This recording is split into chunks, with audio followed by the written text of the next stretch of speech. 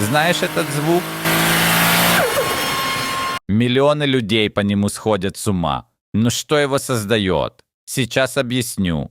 Это работает так. Турбина качает воздух в мотор, создает давление. Водитель нажимает газ, потом резко отпускает. А лишнему давлению некуда деваться. Оно должно выстрелить обратно или ударить по лопаткам турбины. Чтобы мотор не сломался, инженеры придумали blow-off клапан. Он открывается и выпускает воздух наружу. Отсюда и свист.